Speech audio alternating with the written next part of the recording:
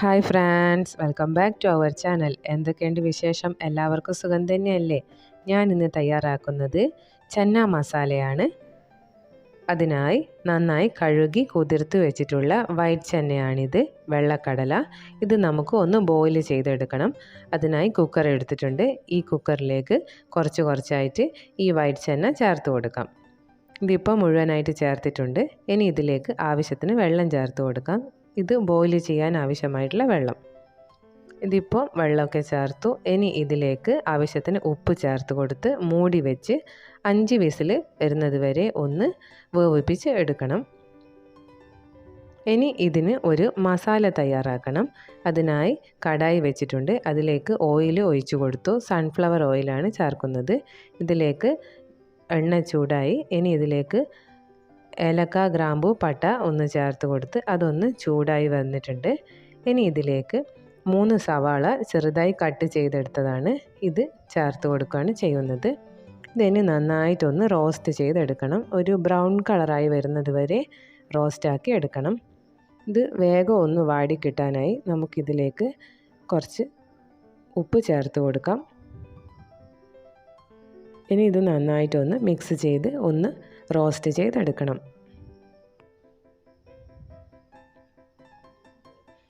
ഇതിപ്പം നമ്മുടെ സവാള ഒന്ന് നന്നായിട്ട് കളറൊക്കെ മാറി നന്നായിട്ട് വാടി വന്നിട്ടുണ്ട്.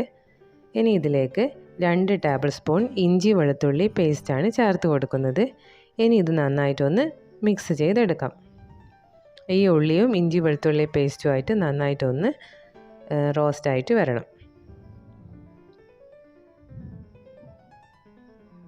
ഇനി അടുത്തതായി ഇതിലേക്ക് കുറച്ച് പൊടികൾ ചേർത്ത് കൊടുക്കണം. 1 ടേബിൾ സ്പൂൺ മുളക് പൊടി, 1 ടേബിൾ സ്പൂൺ മല്ലിപ്പൊടി, 1 ടേബിൾ സ്പൂൺ ഗരം മസാലപ്പൊടിയും ചേർത്ത് ഒന്ന് നന്നായിട്ടൊന്ന് മിക്സ് ചെയ്തെടുക്കാം.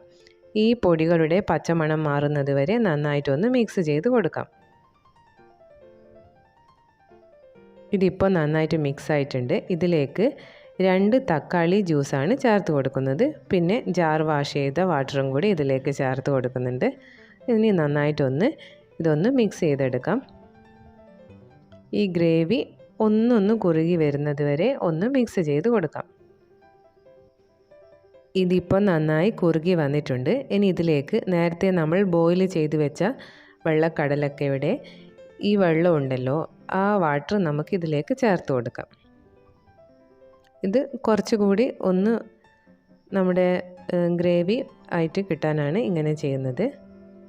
ഇനി നമ്മുടെ ഗ്രേവിക്ക് ഒരു തിക്ക് കിട്ടാനായിട്ട് ഈ നന്നായിട്ട് റോസ്റ്റ് ചെയ്തിട്ടുള്ള ഈ സവാള ഉണ്ടല്ലോ, അതിൻ്റെ അകത്തുനിന്ന് കുറച്ച് സവാള എടുത്തിട്ട് നമുക്ക് ഒന്ന് മാറ്റി വെക്കാം. പിന്നെ നേരത്തെ വേവിപ്പിച്ച് വെച്ച ഈ വൈറ്റ് ചന്നയും എടുത്ത് ഒന്നൊരു മിക്സിയിലിട്ട് ഒന്ന് നമുക്കൊരു തിക്കാക്കിയിട്ടുള്ള ഒരു ഗ്രേവി ആക്കിയിട്ട് എടുക്കാനാണ് ഇങ്ങനെ ചെയ്യുന്നത്. നിങ്ങൾക്ക് വേണ്ടെങ്കിൽ ഇങ്ങനെ ചെയ്യേണ്ട ആവശ്യമില്ല. ഇനി ഇതിലേക്ക് നേരത്തെ വേവിപ്പിച്ച് വെച്ച ഈ വൈറ്റ് ചന്ന ചേർത്ത് കൊടുക്കുക. ഈ ഗ്രേവിയും ഈ വൈറ്റ് ചന്നയുമായിട്ട് നന്നായിട്ടൊന്ന് മിക്സായിട്ടൊന്ന് കുറുകി വരുന്നത് വരെ മൂടി വെച്ച് ഒന്ന് വേവിപ്പിച്ചെടുക്കാം. ഇതിപ്പോൾ ഒരു 5 മിനിറ്റ് കഴിഞ്ഞിട്ടുണ്ട്. ഇതിപ്പോൾ നമ്മുടെ വെള്ളക്കടല നന്നായിട്ടൊന്ന് ഈ മസാലയിലൊക്കെ സെറ്റായി നല്ല കുറുകി നല്ല സെറ്റായിട്ട് വന്നിട്ടുണ്ട്. ഇനി ഇത് നേരത്തെ അരച്ച് വെച്ച കടലയും സവാളയും തമ്മിലുള്ള ഈ ഒരു ഗ്രേവി തിക്കാണ്. ഇതിന് നമുക്ക് ഇതിലേക്ക് ചേർത്ത് കൊടുക്കാം.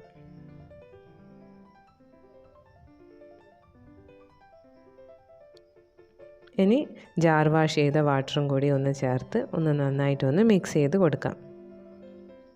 ഇതിങ്ങനെ ചെയ്യുന്നത് ഞാൻ കുറച്ച് എനിക്ക് ഗ്രേവി വേണ്ടത് കൊണ്ടാണ്. നിങ്ങൾക്ക് വേണ്ടെങ്കിൽ ഇത് അവോയ്ഡ് ചെയ്യാം. ഇനി ഇതിലേക്ക് ചന്ന മസാലയാണ് ചേർത്ത് കൊടുക്കുന്നത്. ഇത് നന്നായിട്ട് കുറുകി വന്നിട്ടുണ്ട്. ഇനി ഇതിലേക്ക് 2 ടേബിൾ സ്പൂൺ ചന്ന മസാല ചേർത്ത് കൊടുക്കാം. ഇനി നന്നായിട്ടൊന്ന് മിക്സ് ചെയ്ത് കൊടുക്കാം. ഈ സമയത്ത് നിങ്ങൾക്ക് നോക്കിയിട്ട് ഉപ്പ് വേണമെങ്കിലോ എരിവ് വേണമെങ്കിലോ ചേർത്ത് കൊടുക്കാം. ഇനി ഇതിലേക്ക് കുറച്ച് മല്ലിയില കൂടി ചേർത്ത് കൊടുക്കുന്നുണ്ട്. ഇത്രയേ ഉള്ളൂ, നമ്മുടെ ചന്ന മസാല റെഡി ആയിട്ടുണ്ട്. രാവിലത്തെ ബ്രേക്ക്ഫാസ്റ്റ് ആയാലും ഡിന്നർ ആയാലും ഏതിനും യൂസ് ചെയ്യാൻ പറ്റുന്ന ഒരു നല്ല ഒരു ഗ്രേവിയാണിത്. എല്ലാവരും ഇങ്ങനെ ഒന്ന് തയ്യാറാക്കി നോക്കണേ. വളരെ എളുപ്പത്തിൽ തയ്യാറാക്കി എടുക്കാൻ പറ്റുന്നതാണ്. ഈ വീഡിയോ നിങ്ങൾക്ക് ഇഷ്ടപ്പെട്ടിട്ടുണ്ടെങ്കിൽ ഞങ്ങളുടെ ചാനൽ ലൈക്ക് ചെയ്യാനും സബ്സ്ക്രൈബ് ചെയ്യാനും മറക്കല്ലേ. സബ്സ്ക്രൈബ് ചെയ്യാത്തവരുണ്ടെങ്കിൽ ഒന്ന് സബ്സ്ക്രൈബ് ചെയ്ത് സപ്പോർട്ട് ചെയ്യണേ. Thank you.